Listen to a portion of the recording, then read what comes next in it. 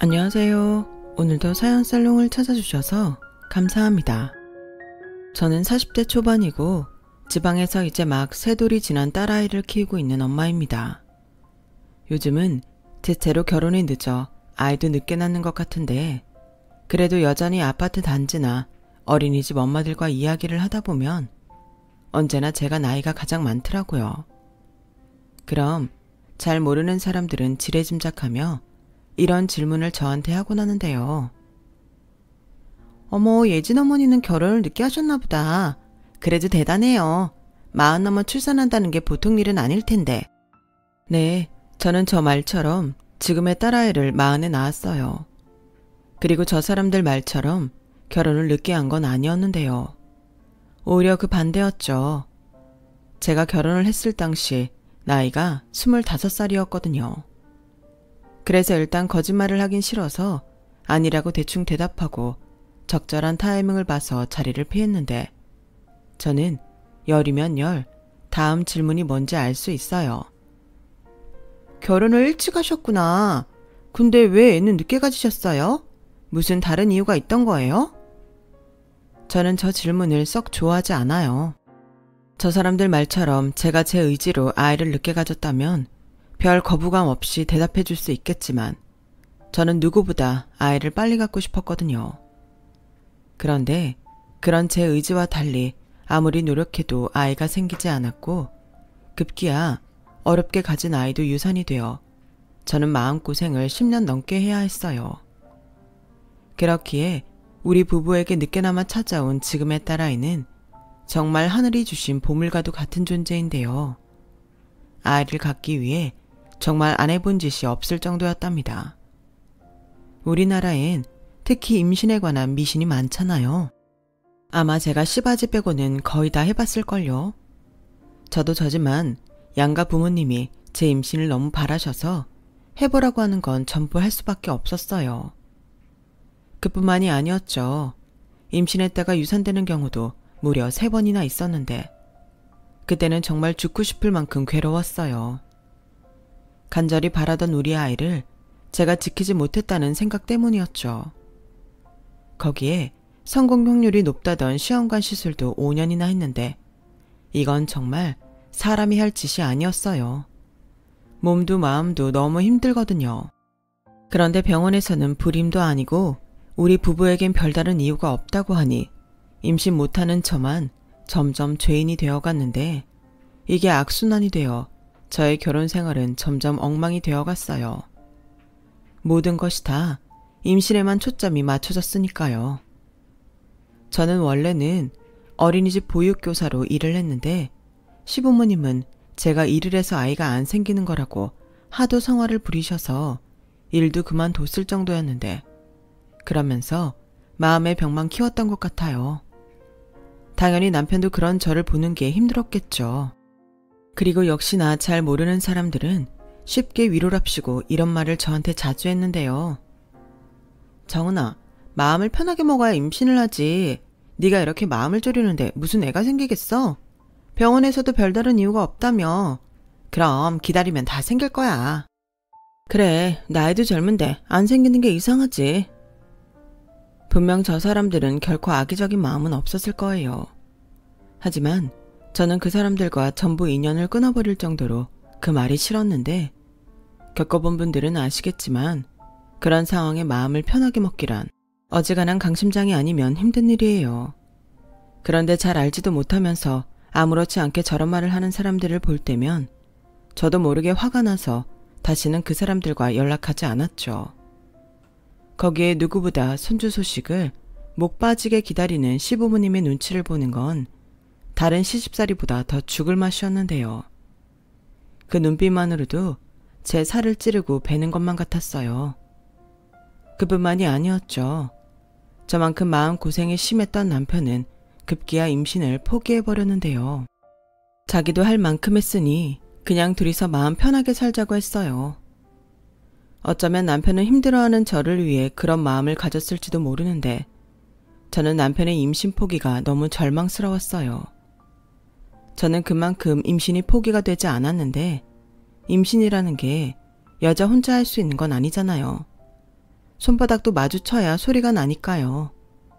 그런데 싫다는 남편까지 설득을 해야 했으니 잘 싸우지도 않던 저희 부부는 매일같이 다퉈야 했네요. 너무 속상했어요. 사랑하는 남편과 매일 다투며 소중한 시간을 흘려보내는 게 다 제가 못나서 그런 것만 같더라고요. 그렇게 제 속은 다 타버리고 제만 남았고 급기야 시어머니는 당신 아들 말처럼 자식 없이 둘만 살 바에는 저한테 당신 아들과 헤어지라고 말씀하셨는데요. 그때는 얼마나 울었는지 몰라요.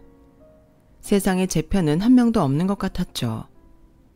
친정 부모님도 제가 임신을 못하니 저와 같은 죄인처럼 저희 시부모님만 보면 면목이 없다고 고개를 들지 못했고 정말 이렇게 살 바에는 이혼하는 게 나을 것 같다는 생각도 했어요.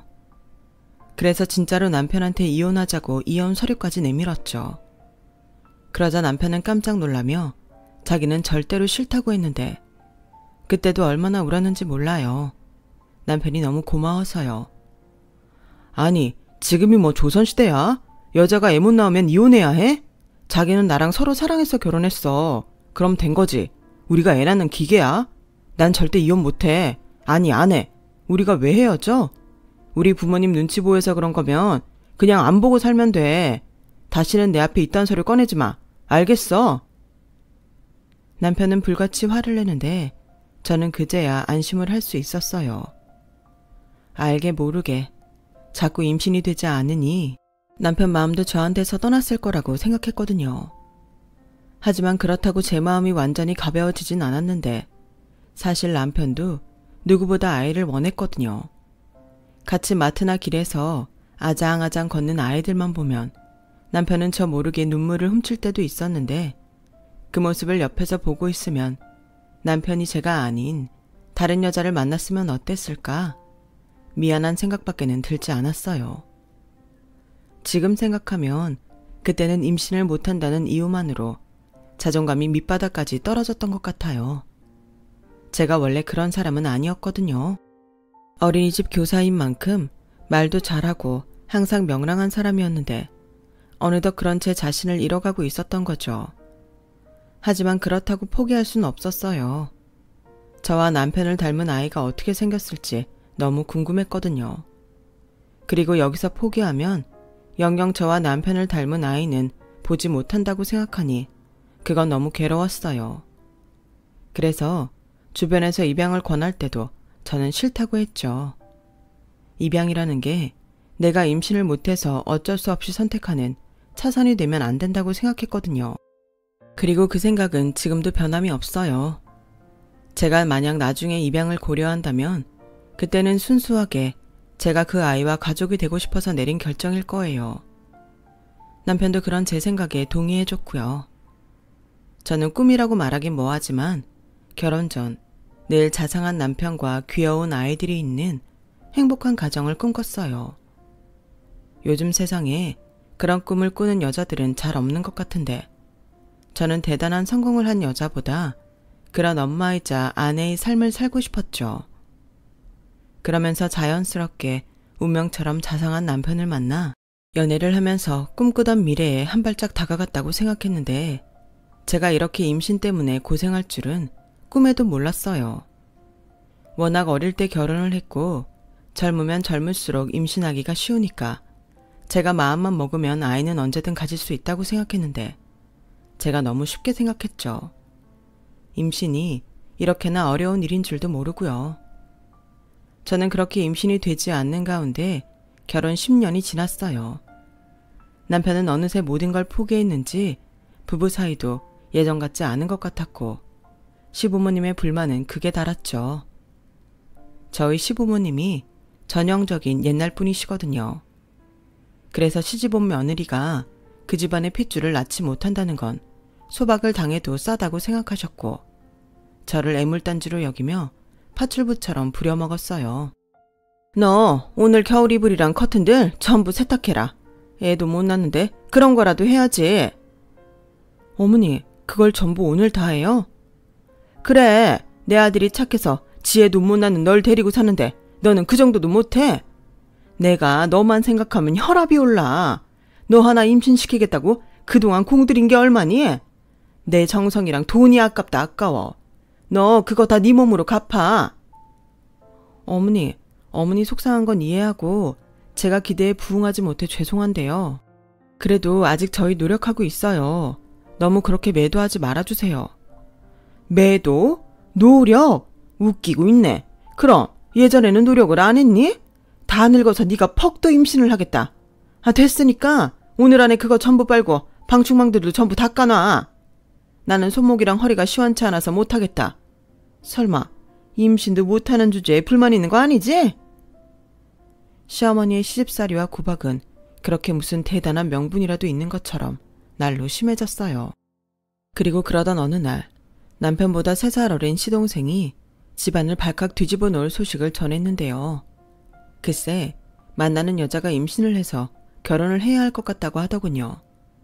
그것도 대기업에 다니는 여자라며 자랑하듯 말을 하는데 시동생도 자기 부모님이 손주를 기다리고 있다는 걸 잘 알고 있었거든요. 시동생은 남편과 다르게 둘째라서 그런지 눈치도 빠르고 얄미운 스타일이었는데 그때는 속도 위반이 무슨 사법고시에 붙은 것처럼 아주 기세가 등등했어요. 당연히 그 소식에 시부모님은 뛸 듯이 기뻐하셨죠. 뭐? 정말? 너 만나는 여자가 임신을 했어? 병원 가서 확인한 거야? 당연하지. 내가 그 사실 알고 엄마 아빠 얼굴이 제일 먼저 생각나는걸. 우리 엄마 아빠 손주 소식 엄청 기다렸잖아. 잘했어. 여보, 얘가 우리 소원을 들어주네요. 이제야 조상님 볼 면목이 생겼네. 그러게 말이야. 장훈이 저건 장가도 안 서서 생각도 못하고 있었는데. 그래도 이놈아, 결혼을 하고 애를 가져야지. 에이, 순서가 뭐가 중요해. 여기서 중요한 건 엄마 아빠한테도 이제 손주가 생겼다는 거지. 그리고 효선이가 배 부르기 전에 웨딩드레스 입고 싶다고 최대한 빨리 하재. 우리 효선이가 혼수도 제대로 했으니까 엄마 아빠가 우리 신혼집 좋은 곳으로 장만해 줄 거지? 한강이 보이는 아파트로 부탁해. 우리 효선이 로망이란 말이야. 말해 뭐해. 안 그래요 여보? 아파트가 아니라 궁궐이라도 사주지. 그래. 아들 손자만 턱 하고 안겨주면 내가 뭔들 못하겠니? 집안은 서방님의 속도 위반 소식에 축제가 따로 없었어요. 그리고 나중에 인사를 놓은 동서의 첫인상은 참 이런 말 뭐하지만 서방님과 꼭 닮았더라고요. 얄미운 것까지도요. 예비 동서는 이미 자기의 아빠한테 제 이야기를 들었는지 제가 손윗사람인데도 불구하고 초면부터 저를 무시했어요. 아직 나오지도 않은 배를 일부러 내밀면서요. 너무 어이가 없었어요. 그 모습에 남편도 기분이 나빴는지 우리는 빠지자며 집으로 가자고 했는데 한 가족끼리 경사가 났는데 형이 빠지면 되냐며 시어머님이 못 가게 하시더군요. 그러면서 저한테는 차가운 얼굴로 그러셨어요. 혹시 네가 내 아들한테 집에 가자고 했니? 왜? 너도 여기 있기가 영 민망해? 그러게 네가 먼저 임신을 했으면 이런 꼴을 안 보지. 그러지 말고 너는 거실에 나와 있을 필요 없으니까 주방에 틀어박혀서 음식이나 해라. 우리 둘째 며느리는 채소 많이 들어간 잡채를 좋아한다고 하더라. 너 지금 당장 장바다가 그것 좀 넉넉히 만들어. 둘째 집에 갈 때 싸가라고 하게. 어머니, 아무리 그래도 지금 그걸 저 혼자 하라는 말씀이세요? 그야 당연하지. 여기 일할 사람 너 말고 또 있니?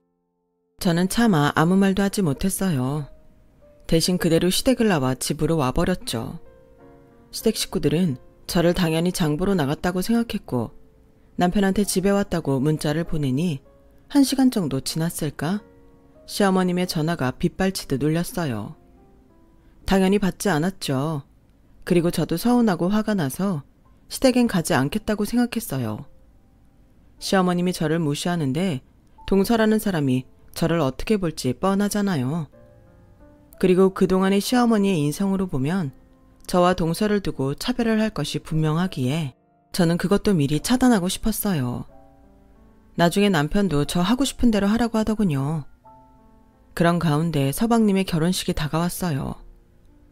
속도 위반이 뭔지 상견례도 생략한 채 3개월도 되지 않아 모든 준비를 마쳤죠. 저희 시댁은 땅과 부동산이 제법 있는 집이었는데 아마 최대한 빨리 서방님과 동서를 결혼시키기 위해서 돈을 아낌없이 퍼부었겠죠. 사실 제 처지가 이렇게 되기 전까지는 저도 시부모님의 사랑을 제법 많이 받는 며느리였어요. 저만 보면 백화점에 가자고 하셨고 몸에 좋은 건 항상 저를 챙겨주셨죠. 건강하고 예쁜 아이 낳으라고 하시면서요. 하지만 그런 사랑도 제가 10년 넘게 임신을 못하니 변하게 되었고 동서가 결혼 전부터 임신을 하니 저한테 줬던 사랑과 관심보다 더 많은 애정을 쏟으셨어요. 소위 기둥뿌리가 뽑힌다고 하죠. 서방님 내외는 동서의 바람대로 한강이 잘 보이는 최고층 아파트에 신혼집을 차렸고 혼수들도 전부 저희 시부모님이 최신 가전으로만 마련해 주셨는데 동서는 아이라는 혼수로 달랑 몸만 시집온 꼴이었어요. 나중에 동서가 자기 입으로 자기는 서방님은 별 볼 일 없지만 시댁 집안 능력이 좋아서 결혼을 결심했다고 하더라고요. 자기처럼 대기업에 다니는 남자들은 이것저것 따지는 게 많아서 오히려 바보처럼 자기만 좋아하는 서방님이 구워먹기가 좋았다고 했어요. 어찌 보면 꽃뱀이었죠. 하지만 그것도 제 눈에만 보였을 뿐 식구들은 보지 못했어요. 오히려 능력 좋은 며느리가 조금 부족한 당신 아들과 결혼해 아이까지 가졌으니 그저 감사한 존재로 무슨 신처럼 떠받들기만 했어요. 당연히 거기에서 가장 서열이 낮은 사람은 저였죠. 시어머님은 당연히 제가 동서의 뒷바라지를 해야 한다고 생각하셨고 입덧 때문에 고생하는 동서가 너무 안쓰럽다며 저한테 동서 집에 가서 청소와 음식을 해놓고 오라고 하실 정도였어요. 당연히 싫다고 했죠. 가지도 않았고요. 하고 싶으면 어머님이 하라고 했는데 그러자 시어머니는 불같이 화를 내며 저를 못돼 먹은 천하의 나쁜 년이라고 하시더군요. 네가 그래서 애를 못 갖는 거야. 신보가 그 모양이니 삼신할머니가 너한테 애를 점지해 주겠니? 왜? 네가 손윗사람인데 가서 임신한 동서 도와주려니 배알이 꼬이지? 내 아들만 불쌍하지. 너 같은 것만 안 만났어도 지금 애 둘 셋은 낳아서 아빠 소리 들을걸? 어머니, 정말 너무하세요. 어머니도 제가 얼마나 아기 가지려고 노력했는지 아시면서 어떻게 저한테 그런 말씀을 하세요? 저는 동서가 애를 가진 게 싫은 게 아니에요. 어머님이 동서와 저를 차별하시고 저를 막대하시니까 이런 거죠. 아무튼 저는 동서 집에 가서 파출부 노릇할 생각 없어요. 동서가 그렇게 안쓰러우시면 어머님이 하세요. 그리고 미리 말씀드리는데 어머님이 자꾸 그러시니까 저 당분간 어머님 댁엔 가지 않을 거예요. 뭐야? 이게 정말 웃기는 애네? 애도 못 낳는 주제에 며느리 노릇도 안 하겠다? 네, 어머님이 저를 며느리가 아닌 파출부 취급을 하는데 제가 돈을 받을 것도 아니고 거기 갈 이유가 없죠. 굳이 무시당하고 상처받으려고 거기를 가요? 앞으로는 그이만 보낼게요. 그이가 싫다고 하면 그것도 어쩔 수 없고요. 야, 너 지금 나하고 해보자는 거지? 이게 이제 나랑 내 아들 사이도 갈라놓으려고 작정을 했네. 네가 안 오는데 걔가 우리 집에 오겠어? 너 일부러 그러는 거지? 나 엿먹이려고. 그렇게 생각하시면 어쩔 수 없고요. 그럼 이만 전화 끊을게요. 야, 너 전화 끊기만 해? 너 아주 내 손에 죽어? 저는 수학이 넘어 악을 쓰는 시어머니를 무시한 채 전화를 끊어버렸어요. 그리고 시어머니 번호를 차단해버렸죠. 차단하지 않으면 계속 전화를 하실 테니까요. 그런데 웃긴 건 동서였어요. 그리고 나중에 알았죠. 동서가 시어머님께 저를 자기 좀 도와주러 보내달라고 했다는 걸요. 형님, 저희 집에 안 오시겠다고 어머님이랑 싸웠다면서요? 아니, 형님은 나이도 적지 않은데 어떻게 그렇게 경우가 없으세요? 제가 남이에요? 가족이잖아요. 그리고 형님이 임신 못한 거 제가 이렇게 대신하고 있는데 저한테 고마워하셔야죠. 뭐? 동서가 나 대신 임신했다고? 지금 그게 무슨 말이야? 만약 저도 형님처럼 임신이 안 됐어 봐요. 그럼 시부모님이 얼마나 속이 상하시겠어요? 아버님이 그러시던데요. 그동안 동문회도 못 나가셨대요. 당시만 아들 손주가 없으셔서. 그런데 제가 이렇게 임신을 해서 시부모님 마음이 한결 풀어졌으니 얼마나 다행이냐고요. 그러니까 형님이 못한 거 제가 대신한 거죠. 안 그래요? 저는 동서의 궤변에 어이가 없어서 말이 나오지 않았어요. 그러자 동서는 자기의 말발에 제가 아무 소리를 못한다고 생각했는지 더 어이없는 말을 늘어놓았고 참고 있던 화가 끝내 폭발하고 말았네요. 형님, 유치하게 시어머님이 차별한다고 속 좁게 그러지 말고 지금이라도 저희 집에 오셔서 저 좀 도와주세요. 저 정말 아무것도 못하겠단 말이에요. 형님은 집에서 하는 일 없이 노시지만 저는 일하는 몸이고 임신까지 하고 있으니 얼마나 힘들겠냐고요. 아, 임신 안 해보셔서 설명해도 모르시려나? 동서, 진짜 더는 못 들어주겠다.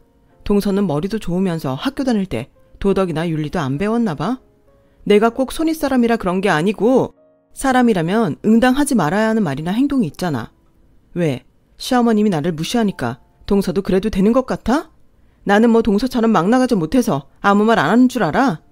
동서랑 똑같은 아나무인 되고 싶지 않아서 참는 거야. 인내심 그만 테스트하고 자기 일은 자기가 알아서 해. 이딴 전화 다시는 하지 말고. 엄마가 저런 사람인데 태어날 조카가 어떤 인성을 갖게 될지 진짜 걱정된다. 동서는 제 말에 열을 받았는지 시어머님처럼 고래고래 소리를 질렀어요. 저는 그러거나 말거나 동서 번호도 차단해버렸죠. 하지만 동서한테 무시당한 상처는 시간이 지나도 아물지 않았는데요. 그러다 시댁 집안에서 가장 중요하게 챙기는 제삿날이 되었어요.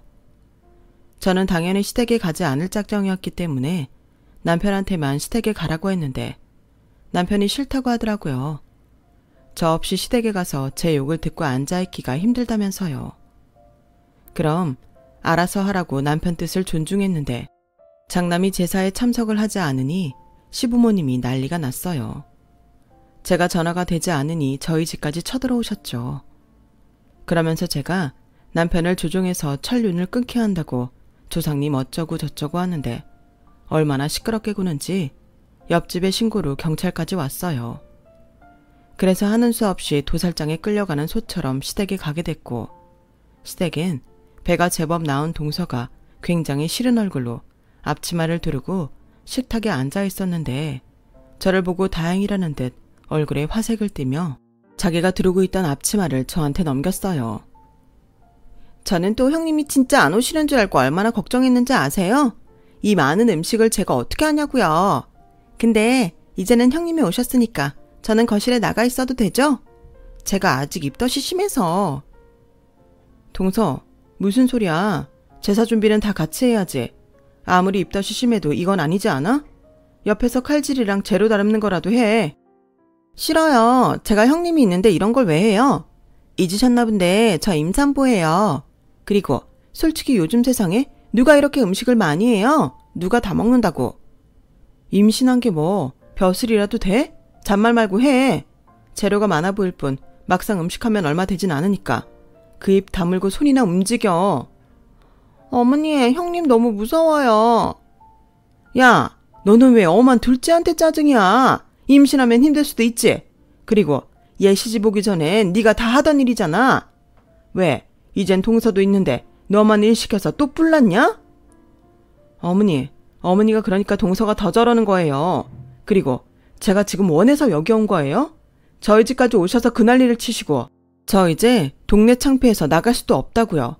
아무리 동서가 어머니 눈에 예뻐 보여도 이러시는 거 아니에요. 저 지금이라도 다시 갈래요. 뭐야? 너 진짜 사람 꼭지 도는 거 보고 싶어? 가긴 어딜 가. 너 그거 다 해놓을 때까지 절대 못 가. 너는 니네 집에서 그렇게 하라고 배웠냐? 도리도 못하고 예의도 없고? 아, 내가 그때 결혼을 시키지 말았어야 했는데 내가 널 며느리로 들인 게 천추야 한이다. 시어머니는 동서를 감싸느라 그렇게 저한테 소리를 치셨어요. 그러자 거실에 있던 시아버님이 못마땅하다는 듯 주방으로 오셔서 시어머니께 한 소리를 하시는데 그게 전부 불똥이 저한테로 튀었죠. 거참, 왜 자꾸 주방에서 여자 목소리가 새어나와? 오늘이 무슨 날인지 몰라? 제사 준비나 할 것이지 왜 자꾸 입을 놀려? 아니, 큰애가 자꾸 내 속을 뒤집잖아요. 며느리 하나 제대로 잡지도 못하고 자네가 그러고도 시어머니야.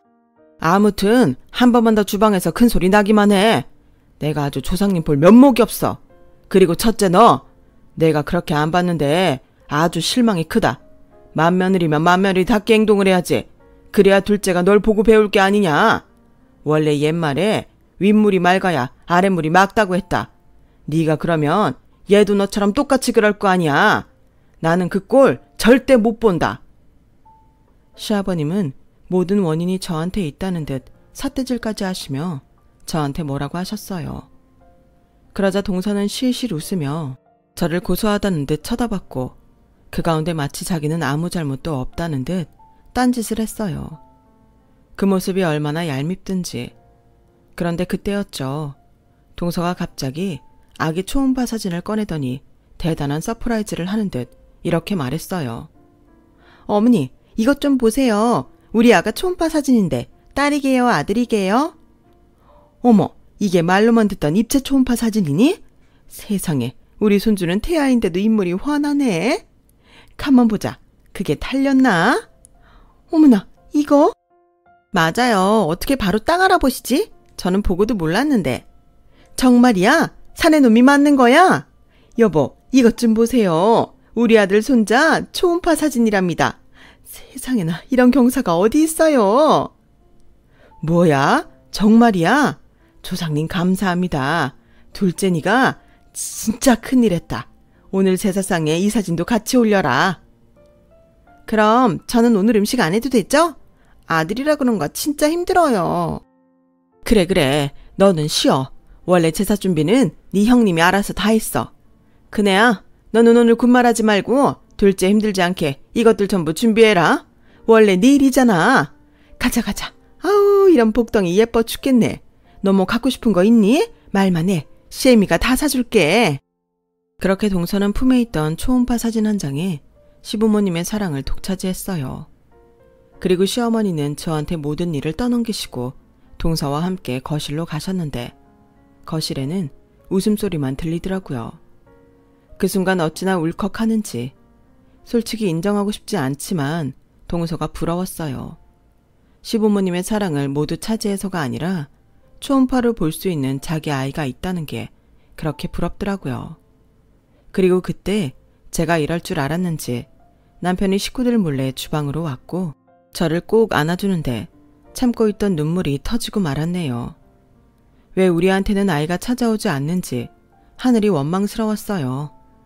그리고 마음이 그래서인지 더는 싸울 힘도 없었고 그냥 묵묵히 음식만 만들어 놓고 집으로 돌아왔는데 그날따라 몸이 힘들었는지 몸도 무겁고 피곤하더라고요.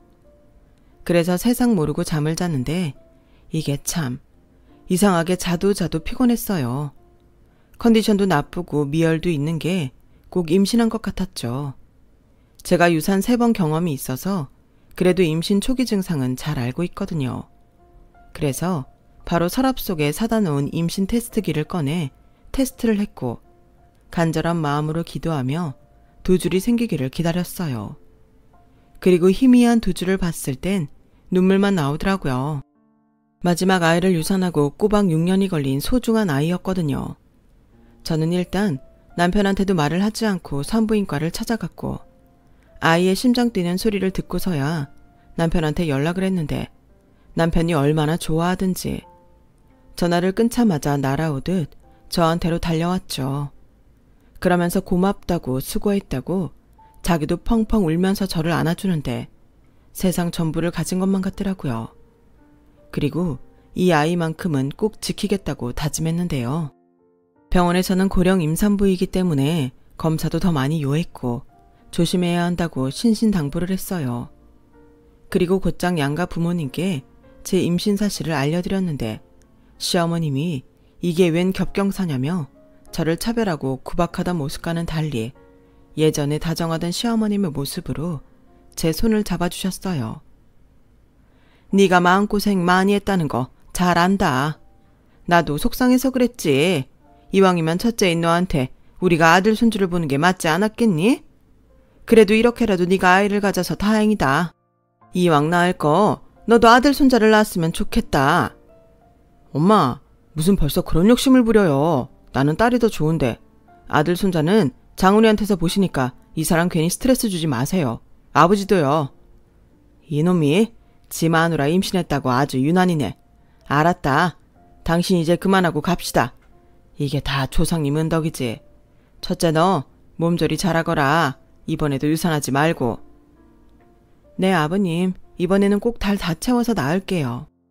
그 뒤 저는 행복한 임신기간을 보내게 되었어요. 남편이 저 힘들다고 집안일도 자기가 알아서 다 했고 시부모님도 저를 배려하신다고 어지간해서는 저를 찾지 않았는데 그게 또 동서한테는 꼴보기가 싫었던 모양입니다. 글쎄 제 아이가 장애가 있거나 이번에도 유산이 될 거라는 막말을 하고 다닌다는 걸 뒤늦게 알았어요. 너무 화가 났죠. 다른 건 몰라도 아이에 관한 일은 용납이 되지 않았으니까요. 그래서 곧장 휴직 중인 동서를 찾아갔는데 시어머님이 동서 집에서 허드렛 일을 하고 있었어요. 어머니가 왜 여기서 이런 일을 하세요? 그야 얘가 힘들다고 하니까. 그런데 이젠 너도 임신을 했으니 너한테 하라고 할 순 없지 않니? 그래서 그냥 내가 하는 거야. 그래도 그렇지. 동서 제정신이야? 어떻게 연세도 많은 어머님한테 이런 일을 시킬 수 있어? 동서 이제 입덧도 끝났잖아. 휴직 중이라 시간도 많으면서. 어머, 웬 참견이세요? 아, 이제 형님도 임신했다고 이제 큰소리 치시는 거예요? 그 애가 얼마나 버틸 줄 알고? 뭐야 동서? 지금 말 다 했어? 그렇잖아요. 유산도 3번이나 하셨다면서요. 그러면 그 자궁이 문제가 있다는 건데 낳아도 정상인 애가 나오긴 하겠어요? 나 같으면 그냥 안 낳겠다. 동서 진짜 나는 설마 했다. 아무리 인간이 쓰레기라도 설마 그런 말을 정말로 했을까 싶은데 그 말이 맞았네. 뭐가요? 방금 동서가 자기 입으로 뱉은 말. 여기 동네에도 나 아는 사람 많아. 내가 이 동네에서 근무를 오래 했거든. 아, 그렇구나. 근데 왜요? 제가 뭐 못할 말 했나요? 뭐? 아, 조용히 좀 해라. 그리고 큰애야. 내가 전처럼 너를 막 부려먹는 것도 아닌데 왜 여기까지 와서 그러니? 어머니, 그럼 저 말 듣고 가만히 있어요? 어머니는 아무렇지도 않으세요? 나도 솔직히 말은 안 했지만 걱정이긴 하지. 집안에 장애가 있는 애가 태어나면 그만큼 심란한 일이 없잖아. 어머니! 아, 그만들 하자. 왜 니들은 만나기만 하면 그러냐? 첫째, 너는 내가 부르거나 건드리지 않을 테니 애 무사히 낳을 동안 식구들이랑 왕래하지 마. 너야 우리 아들이 워낙에 잘하니까 내 손까지 필요 없을 거고. 네가 정상 아들 손자 낳아주면 어련히 잘해줄 거니까 가서 태교나 잘해. 어머니, 아들 손자는 제가 낳아드리잖아요. 그럼 저한테 잘해주셔야죠. 왜 형님을 챙기세요? 제가 알아보니까 산모 나이가 많으면 많을수록 태아가 지능이 떨어진대요. 원래 엄마 유전자가 중요한 거 아시죠? 우리 애는 분명 저 닮아서 똑똑할 거예요. 정말 동서의 인간 같지 않은 모습은 더는 봐줄 수 없을 만큼 보기가 힘들었어요. 둘 다 임신한 것만 아니면 한바탕 뒤집어 놓고 싶은데 또 무슨 막말로 진상을 떨지 몰라 그냥 돌아왔어요. 제가 거기서 몇 마디 더 한다고 달라질 것도 없고 무엇보다 시어머님의 말이 너무 서운했어요.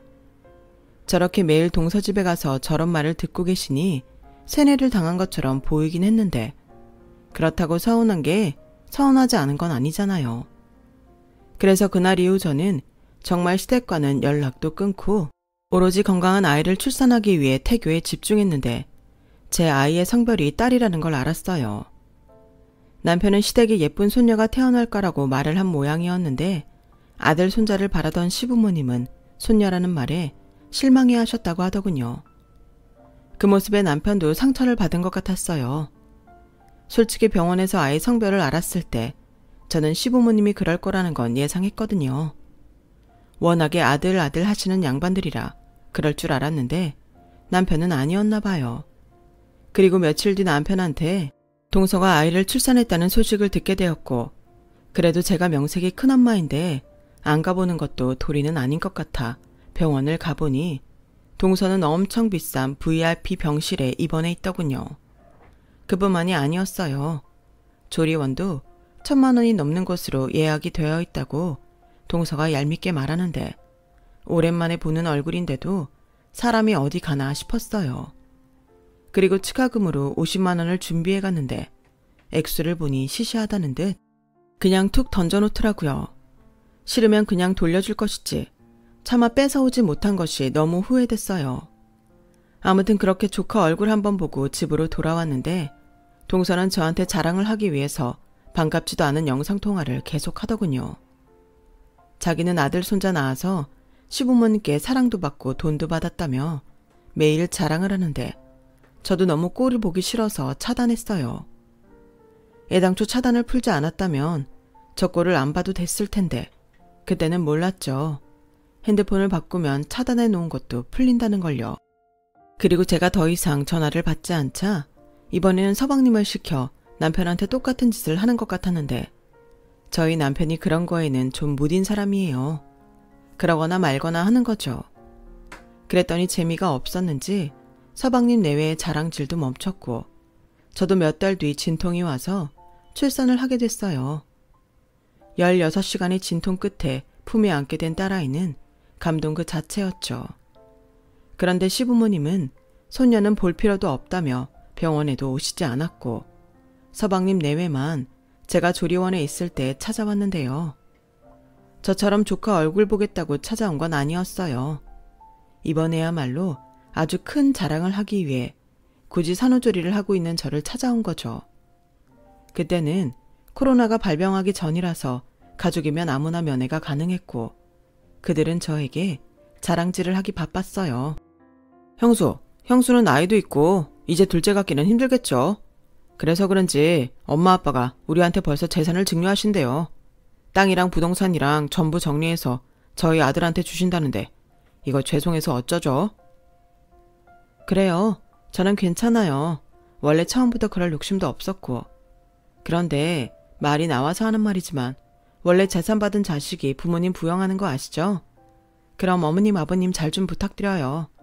서방님 말처럼 저는 노산이라 그런지 아이 낳고 몸이 많이 힘드네요. 어머 형님, 그건 아니죠. 재산은 저희가 받는 게 아니라 저희 아들이 받는 건데 그럼 장남이랑 맏며느리가 시부모님을 돌봐야죠.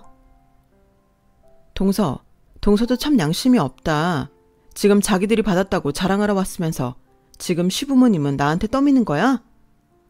아닌 건 아니니까요. 억울하시면 아들 낳으시던가요. 지금 낳은 걔도 정상인지는 더 키워봐야 하는 거 아닌가?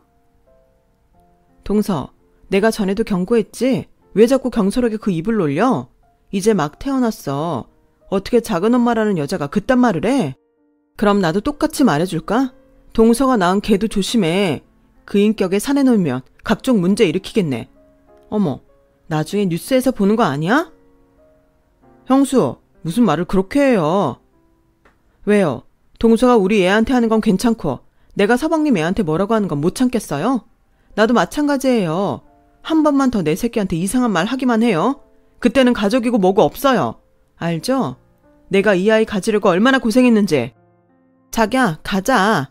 아씨, 괜히 왔어. 재수만 없고. 아무튼 시댁 재산은 전부 우리 거니까 나중에 딴 말 하지 말아요. 그리고 시부모님, 절대 우리가 모신 일 없으니까 그것도 각오하시고요. 동서는 지가 하고 싶은 말만 쐐기라도 박듯 말해놓고 잔뜩 열이 받은 지 남편을 데리고 조리원을 나갔어요.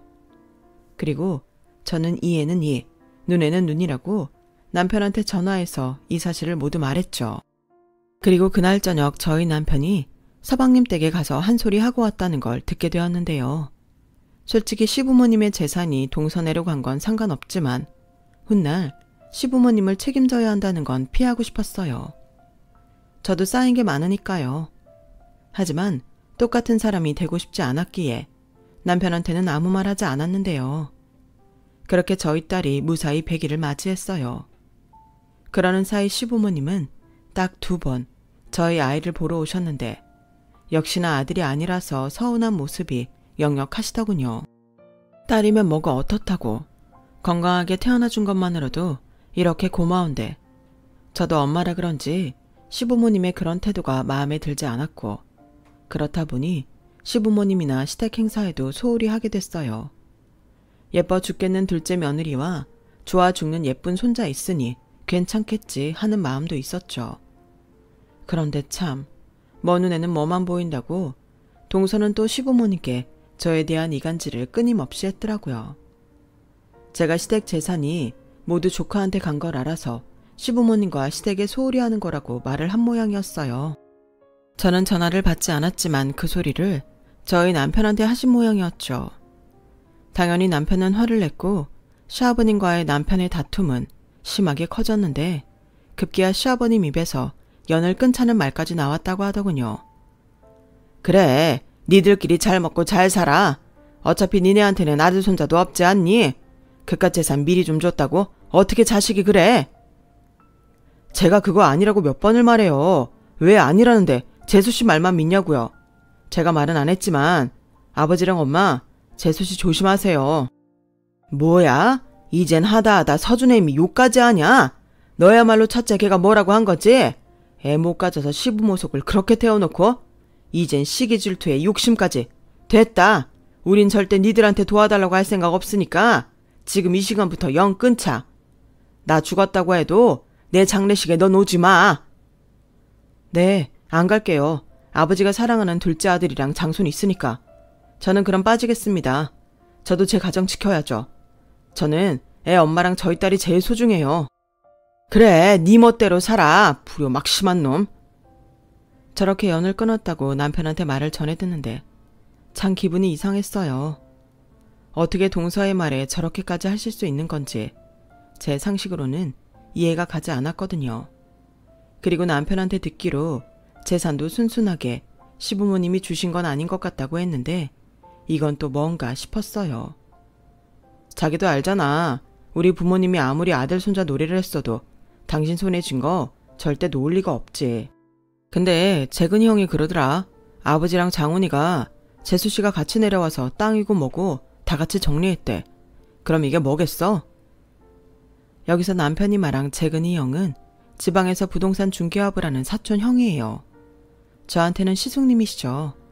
그리고 그 시숙님이 저희 시부모님의 자산을 관리해 주시는데 시숙님이 분위기 이상해 저희 남편한테 따로 연락을 했다는 것 같았죠. 하지만 이미 재산 정리도 끝났고 저희 말이라면 귓등으로도 듣지 않는 양반들이라 저희는 짐작은 되지만 달리 나설 생각은 없었어요. 그냥 우리 가족만 행복하게 잘 살자 뭐 이렇게 생각했죠. 그리고 그 이듬해 살던 아파트 값이 많이 올라서 평수를 넓혀 이사를 했고 그곳이 지금 현재도 저희 가족이 살고 있는 아파트입니다. 저희 아파트는 주변 인프라가 좋아서 경기가 어렵다고 해도 값이 내려가지 않을 만큼 인기가 많아요. 저희도 운이 좋았던 거죠. 그리고 무사히 저희 딸의 첫 돌잔치를 했고 나이 많은 엄마라 체력으론 힘들지만 나름 행복한 육아를 하며 지내고 있었는데 뜻밖의 손님이 찾아왔어요. 등본을 떼보셨는지 시부모님이 저희가 사는 곳을 알고 찾아왔더라고요. 그것도 놀라운 일이었지만 사실 제가 정말 많이 놀랐던 건 두 분의 초라한 행색이었어요. 살도 많이 빠지셨고 입고 계신 옷도 철이 지나 계절에 맞지 않았죠. 어머니 아버님 모습이 왜 그러세요? 무슨 일 있으셨어요? 아휴 그게 말이다. 우리가 둘째한테 단단히 당했어. 네? 그게 무슨... 장훈이 그게 전업투자자인지 뭔지를 한다고 우리한테 가져간 재산을 홀랑 말아먹었다. 그뿐만이 아니지. 은행 대출, 대부업 대출까지 아주 빚더미에 올라서 이것들이 살던 집도 날리고 빚쟁이한테 쫓긴다고 해서 우리가 살던 집까지 팔아서 도와달라고 하는데 우리가 다른 건 몰라도 서준이 그거 생각해서 안 해줄 수가 없었지. 그래서 팔아서 돈을 해줬는데 서준애미가 그거 가지고 날랐다. 애도 두고 돈만 가지고 날랐어. 다니던 회사도 그만뒀다고 하더구나. 퇴직금이라도 어떻게 해보려고 했는데 이미 그것도 다 손을 써놔서 빈 깡통이야. 아주 우리가 친척들 집 전전하며 난리도 아니다. 장훈이 그건 충격받아서 어디로 갔는지도 모르고 아직 어린 서준이는 또 돌봐줄 사람이 없지 않니. 그래서 염치 없는 거 알지만 우리가 너희를 찾아왔다. 너 우리한테 많이 서운한 거 안다. 우리가 네 남편한테 영 끊자고 했으니 사실 내가 지금 딱 죽고 싶은 심정이야. 근데 어쩌니 그래도 우리가 부빌 곳이 너희밖에 없는걸. 며느리한테 뭘 그렇게 쩔쩔매. 긴 말하지 않으마. 니들이 우리 살 곳을 마련해 주던지 아니면 서준이랑 우리 셋 여기서 지내게 해다오. 보니까 여기 넓고 좋네. 네? 여기서 지내신다고요? 그래. 싫으면 집을 얻어주고. 저는 당연하게 말씀하시는 걸 보고 당황했어요. 솔직히 시어머니 말씀 듣고 설마설마 했거든요. 하지만 그 뒤 돌직구에 저는 정신이 번쩍했고 일단은 남편한테 말해놓겠다고 오늘은 돌아가시라고 했는데요. 시어머님이 거실 바닥에 대자로 누워버리셨어요. 너는 참 머리가 나빠. 갈 곳이 없다고 여태 말하지 않았니? 우리 오늘부터 여기 있을 거다. 당신은 어서 가서 고모님한테서 우리 장손 데리고 와요. 여기 애기용품도 다 있고 그녀한테 보라고 하면 되겠네. 어머니, 지금 뭐 하세요? 제가 왜 서준이를 봐요? 싫어요. 어머, 너도 참 매정하다. 그럼 부모도 도망가고 없는 조카를 넌 그냥 외면하겠다는 거야? 네, 저는 저희 딸 키우는 것만으로도 힘들고요.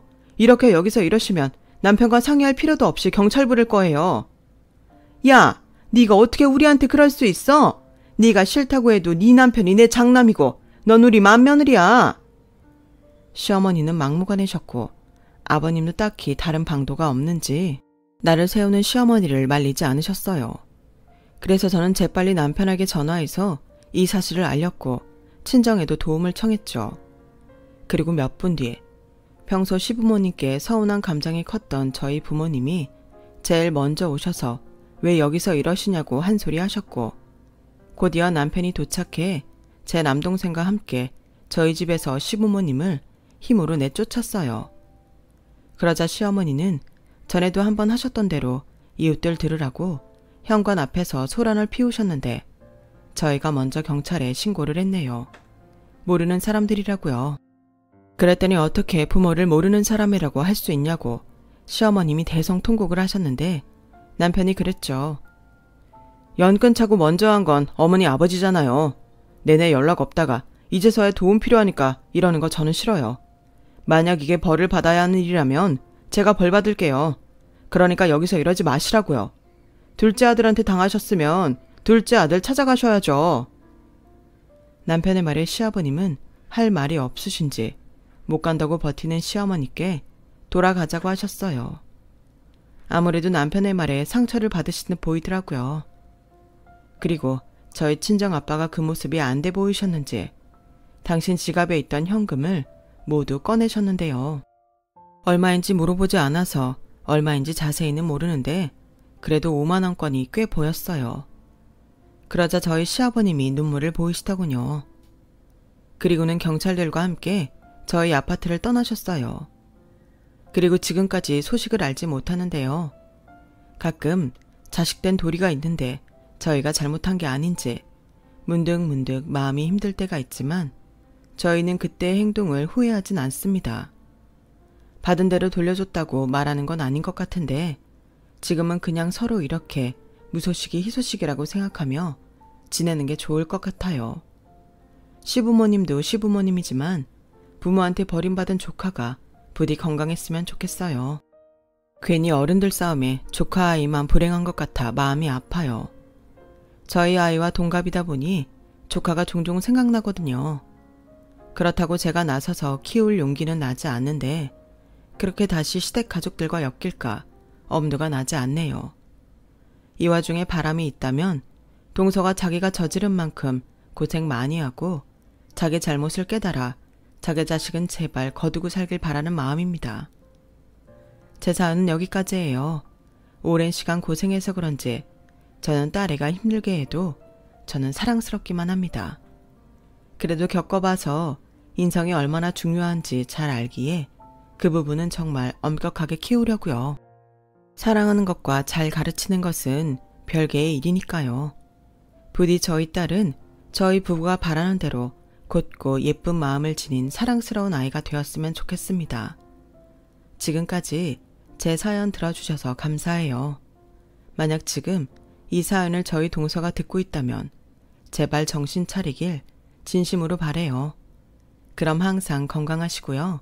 늘 소중한 이들과 행복하세요. 고맙습니다. 여러분, 사연 댓글에 응원과 현명한 조언 부탁드려요. 좋아요와 구독은 저에게 큰 힘이 됩니다. 오늘도 좋은 일 가득하세요.